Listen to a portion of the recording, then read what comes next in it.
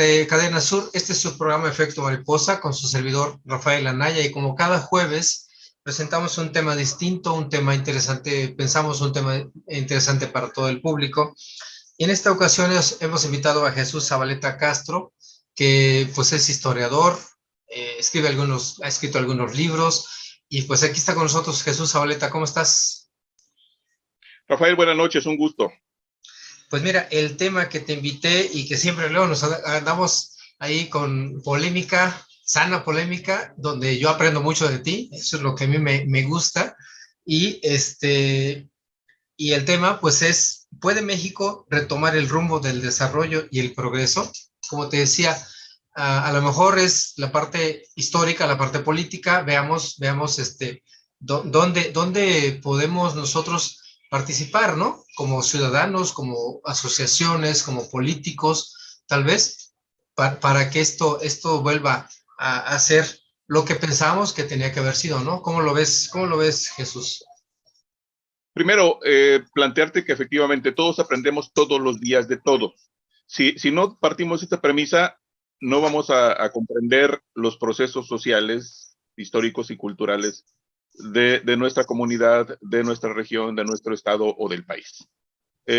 Partiendo de esta premisa del aprendizaje mutuo, yo me remitiría a la tesis que Antonio Díaz Soto y Gama en 1901 presentó para obtener el título de licenciado en Derecho.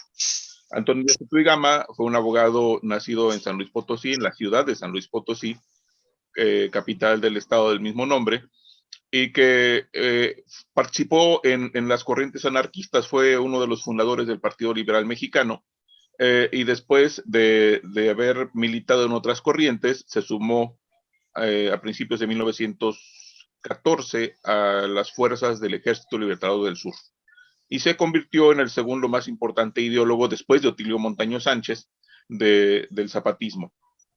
¿Por qué cito a Antonio Díaz Soto y Gama? Porque en su tesis, que se titula Breves consideraciones sobre el municipio en México, plantea dos premisas fundamentales para entender a la sociedad de su época y también entender las dinámicas sociales, políticas e históricas que se imponían. Decía Antonio Díaz Soto y Gama que una sociedad solo podrá elegir correctamente a sus gobernantes si es una sociedad educada. Una sociedad ineducada, como lo dice él, es el concepto que utiliza, una sociedad ineducada es incapaz de elegir correctamente a sus gobernantes.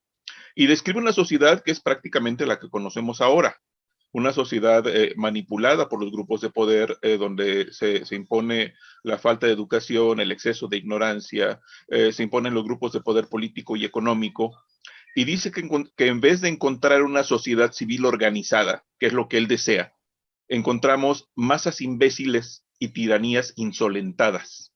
Esa es la sociedad que describe en 1901 Antonio Díaz Soto y Gama, y me parece que no está lejos nuestra realidad actual de esa sociedad que identificaba a Soto y Gama como de masas imbéciles y de tiranías insolentadas.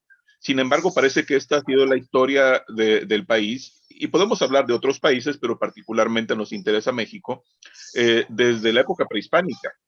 Y aquí podemos hacer un recuento muy amplio de cómo no era un paraíso antes de la llegada de los españoles, antes de la invasión europea, ese territorio que ahora conocemos como México. Había esclavitud, había explotación, había conquistas, había asesinatos, había sacrificios. Había pueblos como lo que ahora es Morelos, pueblos que tributaban de manera permanente a quien tenía el poder central en la antigua México, Tenochtitlan. Esta triple alianza obligaba a la tributación y nosotros éramos meros tributarios. No había un desarrollo como sí llegó a verlo en otras regiones que no estaban sometidas a la Triple Alianza. Con la conquista, por supuesto, cambia el espectro, pero no deja de haber clases dominantes. Vale decir que las caltecas que se aliaron con los españoles para vencer a la Triple Alianza fueron beneficiarios de esta alianza y tuvieron muchos privilegios económicos y políticos después de la conquista. Durante la colonia encontramos semejantes conflictos y esto nos lleva muy rápidamente, lo digo, al siglo XVIII, cuando se polarizan aún más las posturas y es que los peninsulares se apropian de los principales cargos en el ámbito político, religioso, económico y militar, y son desplazados en estos mismos ámbitos los criollos, es decir, los nacidos en la península ibérica no permiten que los descendientes de españoles nacidos ya en territorio novohispano accedan a los más altos cargos, como generales, obispos, obviamente virreyes, y los contratos más importantes continúan siendo para los peninsulares. Eso es uno de los varios motivos. Perdón, Jesús. Dime. ¿Cuál es, a ver, para que el público también lo vea, cuáles eran esos más altos cargos? Lo que te estaba diciendo justamente, los cargos, Ajá. como en el caso de la iglesia, los obispados, las titularidades de las diócesis. En el caso del ejército, los grados de general y las comandancias principales, las cabezas de los cuerpos del ejército virreinal. En el caso del ámbito político, por supuesto, todos los cargos que dependían del virrey, que eran los principales controladores políticos de Nueva España. Y en el ámbito económico, los empresarios que tenían los principales contratos y los monopolios de varios de los productos que no solo se producían en Nueva España, sino que se comerciaban procedentes tanto de Europa hacia Asia como de Asia hacia Europa, mediando el territorio novohispano. Perfecto, sí, porque, bueno, ahorita, o sea, no eran cargos, como ahora se dice, no eran cargos de elección popular, sino eran cargos ya designados, vaya, ¿no? O sea, que tenían ya algún beneficio de ese grupo, pues, ¿no? En efecto, eran por designación, sin embargo, también había controles. Había cargos que designaba directamente el rey, la corona, y había cargos que designaba el virrey, o muchos cargos eran negociados o incluso comprados. Hay denuncias en torno a varios personajes de haber comprado algunos cargos o de haber obtenido beneficios mediante el soborno, la coacción, el asesinato, el robo, la amenaza. Agustín Iturbide es uno de ellos. No nos vamos a detener en este tema en particular, pero era parte de la realidad de la colonia.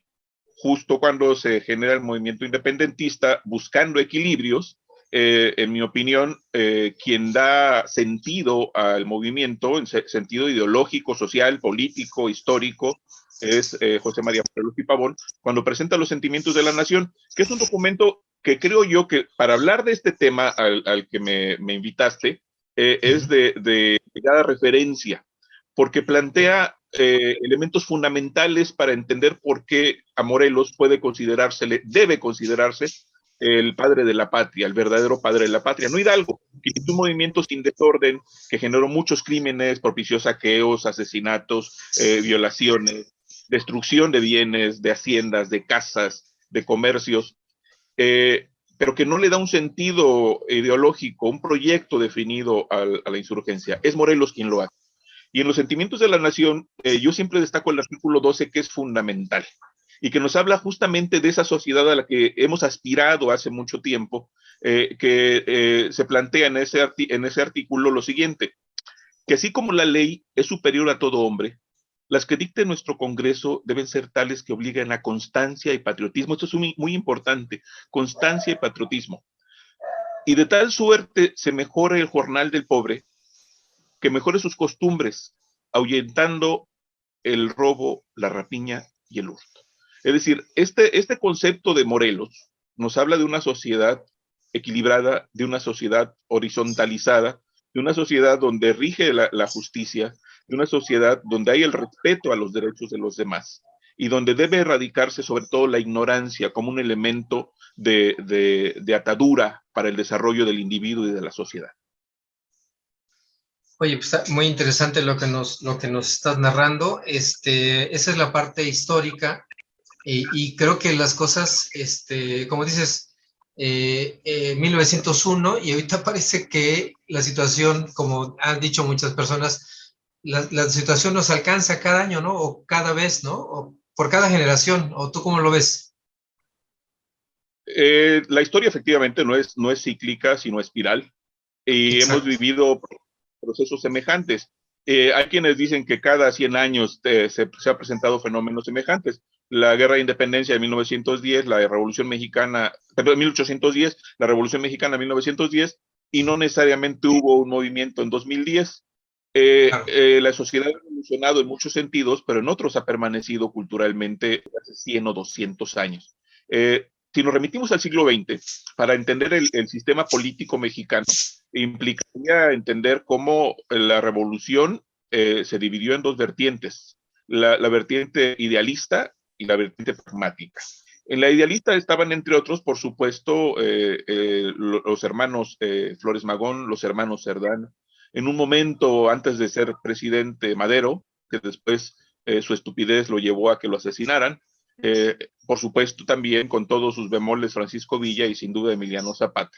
Es decir, estos personajes que no vieron los frutos de su lucha, quienes fueron idealistas en esta perspectiva, y los pragmáticos que fueron sobre todo los sonorenses, entre los cuales se cuenta Plutarco Elías Calles, Álvaro Obregón y otros más, que fueron los que determinaron el triunfo de la revolución, una revolución en su beneficio, y que permitió que llegaran al poder y construyeran el sistema político que conocimos hasta fines del siglo XX. Es decir, el partido hegemónico que surgió en el 4 de marzo de 1929, el Partido Nacional Revolucionario, y que fue marcando la pauta y la cultura nacional en términos políticos, de organización social e incluso de pensamiento.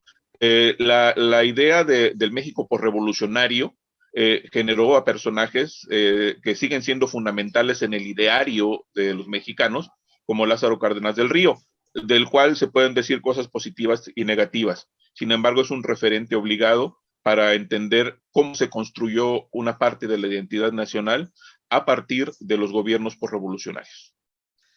Bueno, estamos platicando con Jesús Zabaleta Castro, quien es historiador, ¿verdad? Sí. ¿Platicamos en eso? Soy un lector acucioso y crítico. Perfecto. Pues nos está acompañando esta noche aquí en Efecto Mariposa con el tema de ¿puede México retomar el rumbo del desarrollo y el progreso? Vamos a ir a un corte aquí en Efecto Mariposa con este tema y regresamos.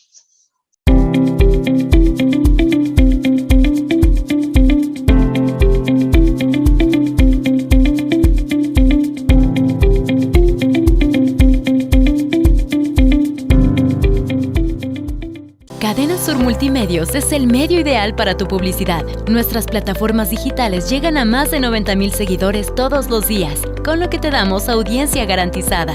Déjanos ayudarte. Llámanos o haz contacto con nosotros a través de nuestras diferentes redes sociales y de seguro tus ventas mejoran. Sintoniza todos los noticiarios y programas originales de Cadena Sur Multimedios a través de tu pantalla inteligente en nuestra dirección de YouTube.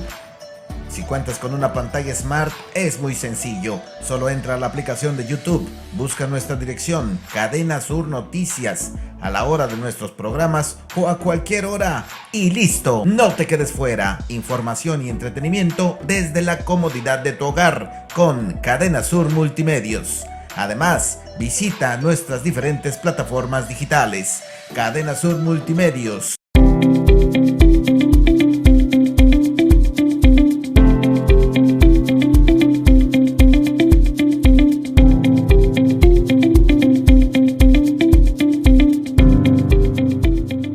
Regresamos aquí a Efecto Mariposa con este tema de ¿puede México retomar el rumbo del desarrollo y el progreso? Con Jesús Zabaleta Castro, quien pues para mí es un historiador y es un excelente historiador y pues dice que es un lector asiduo, algo así me dijiste. Curioso y crítico. Ok, muy bien. Para la próxima le ponemos así a tu presentación. Oye, pues mira, ya nos diste un panorama, como dices tú, la historia es la que nos tiene que marcar y marcar la pauta mental de la sociedad, ¿no? Pero tú dices también que una parte importante es la educación. ¿Cómo se ha ido formando entonces nuestra dinámica social, nuestra nación, ¿no? Porque ya mencionabas a Lázaro Cárdenas, a toda la parte, pues, de los que tomaron el control del país, de la sociedad, y cómo nos fuimos integrando hasta llegar al momento en que estamos. Es un proceso sumamente complejo y tratar de abordarlo en estos minutos es más complejo todavía, porque tiene que ver con la confluencia de muy diversas disciplinas. Por supuesto, una perspectiva política, una histórica, antropológica, sociológica, filosófica incluso, y tiene que ver también con la construcción de las identidades. Parte de nuestra forma de pensar entre los mexicanos es la de la veneración de los personajes, ese panteón mexicano, esos héroes que rigen nuestra vida, nuestro discurso, y que paradójicamente hablamos tanto de ellos como desconocemos de su vida, de su ideario, de sus principios. ¿Cuáles son aquellos personajes? Miguel Hidalgo, el padre de la patria.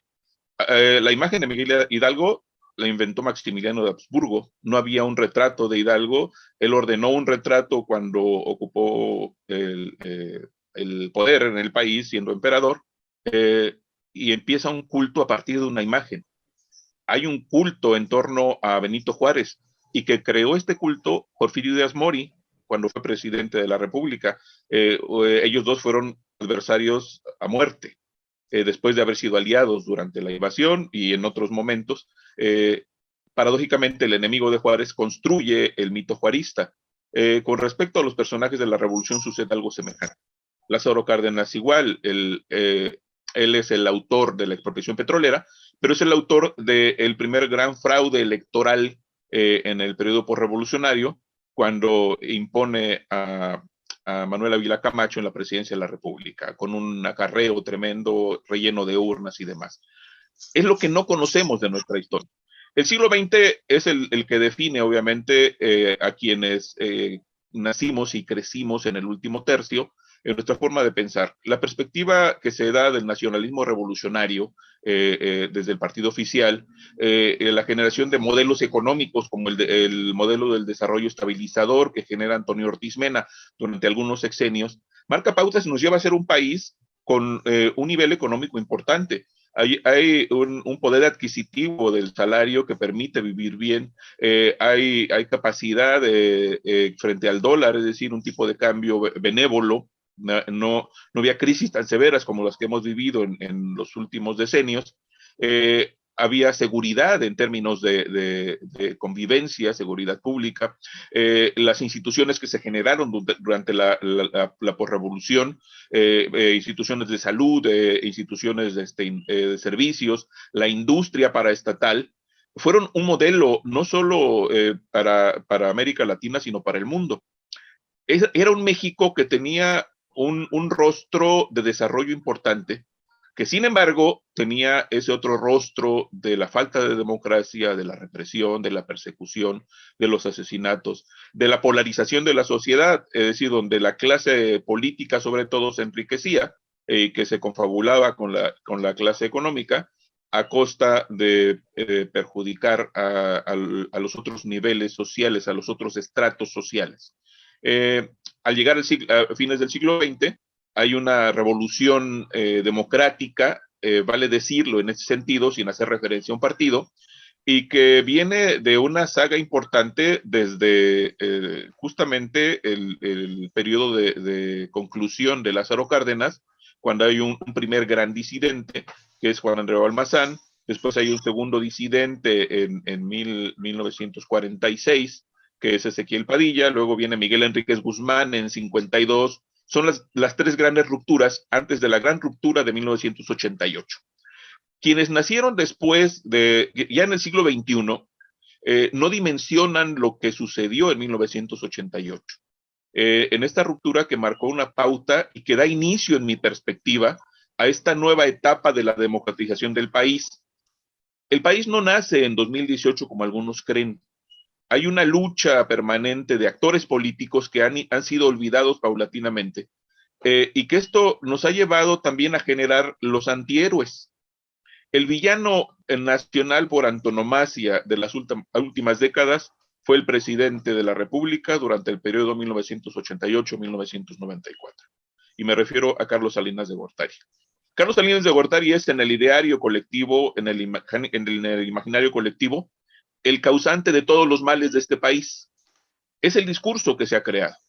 Sin embargo, si bien es responsable de acciones equivocadas, terribles en su gobierno, Lo cierto es que también hubo decisiones acertadas y son las que no se toman en cuenta. Mientras seamos una sociedad que polariza, que genera ejemplos y antiejemplos, que estigmatiza a unos y enaltece a otros, que no genera una visión crítica de su realidad, que no es capaz de generar diálogo, que a partir de los líderes políticos se ahondan las diferencias, se confronta aún más la sociedad misma entre los diferentes actores. Si estamos enfrentando en la actualidad un modelo político en el cual si no se está con el líder, se está contra el líder y contra el país, entonces no pareciera que hay una ruta que nos lleve a pensar en un panorama más halagador de un país que recupere algunas de esas rutas de desarrollo que tuvo en su momento. El problema también del país es cómo lo percibimos. Si se ve desde la macroeconomía, hay índices que pueden ubicarnos durante el gobierno de Carlos Salinas o de Ernesto Zedillo, o incluso en los gobiernos del siglo XXI, como países en desarrollo. Sin embargo, hay otros índices que nos hablan de que somos un país que se ha empobrecido cada vez más. Lo cierto es que no tenemos como sociedad la capacidad de generar, primero el acercarnos al conocimiento de estos referentes para formarnos un juicio crítico, pero al mismo tiempo estamos tan necesitados de esos liderazgos, de esos liderazgos mesiánicos que han existido siempre, y es parte también de la formación religiosa de nuestra sociedad. Buscamos quien nos salve, buscamos quien actúe para que el país salga adelante.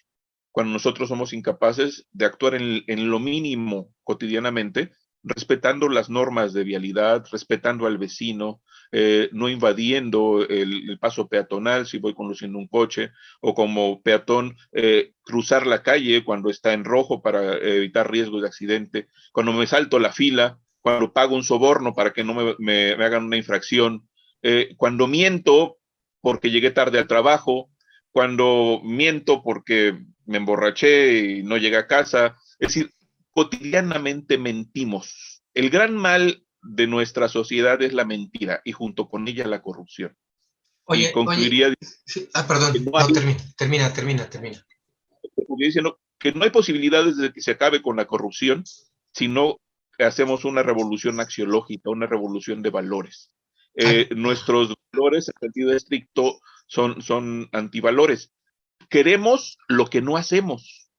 Somos antiejemplo de lo que queremos para nuestros descendientes, nuestros hijos, nuestra familia, nuestros compañeros, nuestros amigos. Somos antitéticos. Deseamos algo, pero hacemos lo contrario. No somos capaces de dialogar, aún teniendo diferencias, podemos construir. Y es el país que tenemos, lamentablemente. Y si como sociedad no somos capaces de cambiar esa perspectiva, no tendremos la posibilidad de recuperar ningún camino, ni en el ámbito económico, ni en el educativo, ni en el cultural, ni en el social, ni en el político.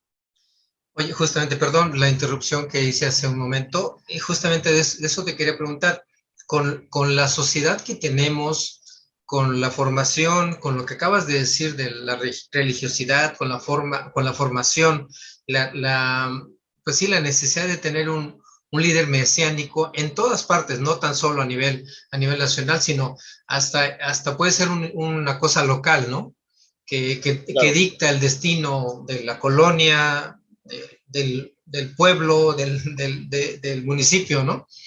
O sea, como que hace falta mucho trabajo, ¿no? Mucho trabajo, como que no se han sentado realmente unas bases, desde hace mucho tiempo no se han sentado unas bases para que la gente pueda pensar, ¿no? Pueda dialogar sin pelear, pueda hacer planteamientos serios, razonados, fundamentados en algo, en algo propio, ¿no? En algo que te hayan ayudado en la escuela, en la familia, el Estado, en tu religión, o sea, como cosas que no han fortalecido a que el país realmente tenga un futuro distinto.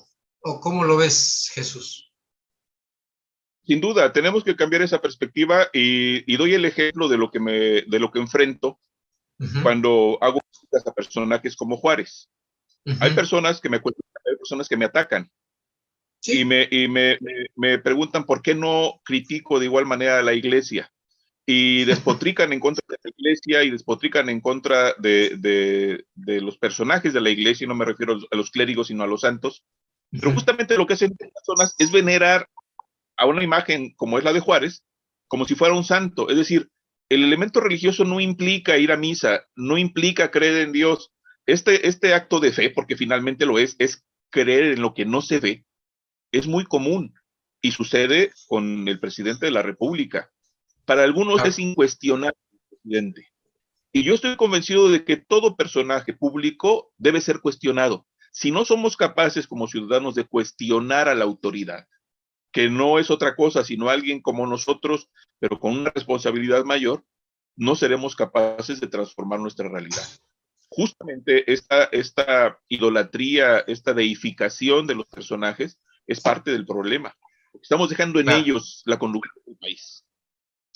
Sí, de hecho, fíjate que hace muchos años, tú recordarás que alguna vez yo iba mucho a la radio con el señor Eloy, y entonces me convertí en un poquito en la piedra en el zapato del presidente municipal del 2003 al 2006. Y me acuerdo rápidamente, para para darte más tiempo, me acuerdo que llegué una vez al ayuntamiento, y entonces una persona me dijo, oye, tú eres Rafael Anaya? Y le digo, sí. Y entonces me tomó de los dos, de frente de los dos brazos, y me dice, nada más, no te metas con mi presidente, ¿no? Y yo me quedé así de seis, o sea, por diferentes motivos, ¿no? Que no voy a platicar ahorita, pero sí me dijo. Entonces me sorprendió la veneración, adorar, ¿no? Adorar de esa manera y defender de esa manera. Dije, no, bueno, el único pecado que yo estaba cometiendo era, pues, como acabas de decir tú, pues cuestionar a la autoridad que había sido electa para ese periodo, y que entonces ahí era donde ya no cabía, ya no cabe en el esquema de muchos de nosotros, ¿no? Pero bueno, entonces, pero por eso te digo, es muy difícil, para mi gusto es muy difícil cambiar ese pensamiento, porque no nos han enseñado a cambiar ese pensamiento o esa manera de actuar. Ya ves, cuando hay elecciones, mucha gente hasta te dice, oye, ¿por quién vamos a votar? O sea, te pide el consejo de que por quién, porque pues no, o sea, no saben qué hacer con la boleta, ¿no? A final de cuentas. Oye, Jesús, ¿tú crees, o sea, ya platicaste un poco del panorama de la posrevolución, luego de tal vez hasta de los años que duró un poco 60, 70, ¿no? Ese país que iba distinto, pero después pasó mucho de que hubo cambios, como ya lo mencionaste, a nivel político, económico también, y después hubo ese parteaguas en el 2000 con el PAN que llegó y que también creó muchas expectativas. Ahorita se maneja que el gobierno federal es un desastre. ¿Crees que podamos o que se pueda retomar un rumbo de la economía mejor para el resto de la población, ya si se logra recuperar el país en términos políticos? ¿Tú crees que se pueda hacer algo? Si si ganase la presidencia de la República en 2024 un candidato o una candidata cercanos al presidente, sería un proceso de continuidad. Claro. Y esto implicaría menores posibilidades de tener otro rumbo. Sin embargo, y hay que entenderlo, pareciera que el partido que ganará será el partido que gobierna actualmente. Sí, Y parece no que sí. porque tenga una estructura, sino porque tiene un liderazgo importante. De hecho, el liderazgo es más importante que el partido mismo. La descomposición está ya, es manifiesta, no es algo ocultable. Lo estamos viendo en estos días, justo con el proceso de elección de consejeros, y se ha vuelto un asco el proceso dentro de Morena. Y justamente están haciendo lo que ellos criticaron a sus antecesores, violando su propia norma, violando sus propios estatutos, y justifican hacerlo, como el presidente justifica violar la ley. En aras de imponer su modelo, en aras de imponer sus ideas, lo hace. Hay que decir lo que otros presidentes lo hicieron, definitivamente, pero ya no podemos seguir hablando del pasado. El pasado es historia como referente para no cometer errores. El problema es que a pesar de ese conocimiento se siguen cometiendo errores. ¿Cuáles son los retos? El primer reto es construir ciudadanía. Y eso es complejo, porque tenemos que incidir en esta perspectiva del modelo educativo, que también está siendo utilizado para adoctrinar, que es otro de los graves problemas. Y entender que las sociedades, las generaciones contemporáneas son cada vez más ajenas a los procesos sociales, son cada vez más aisladas de los procesos sociales, son generaciones más individualistas, inmediatistas, que carecen de un sentido social. Tal vez quienes crecimos en estas generaciones como a las que pertenecemos tú y yo, teníamos esos elementos de patriotismo, de civismo, de justicia, que tenía muchos matices. Lo mismo, tenemos compañeros o amigos de una izquierda radical o semirradical que amigos de derecha, pero coincidimos en esa perspectiva de los referentes cívicos, de los referentes históricos, de los referentes axiológicos. En la actualidad parece que no existen. Y es más importante preocuparse por el manejo de las redes, por aparecer en TikTok o en Instagram, que por preocuparme de lo que le está pasando al vecino. Es decir, somos en sentido estricto una sociedad de idiotas. Y lo digo en el sentido etimológico. El idiota es el agente de la cosa pública. Hemos utilizado culturalmente idiota.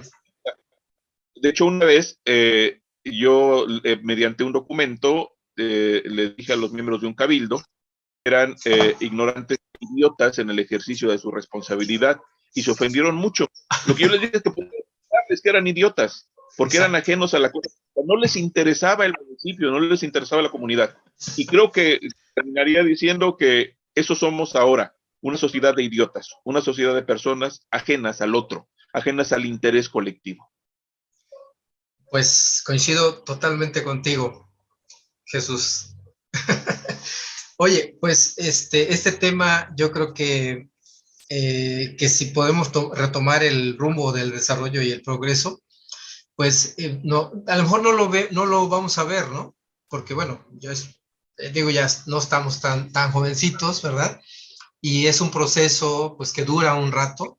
Entonces, ojalá y se pueda ir construyendo esta ciudadanía, retomar esos valores pues que al menos cuando tú y yo íbamos a la primaria y a la secundaria, desde el kinder, ¿no?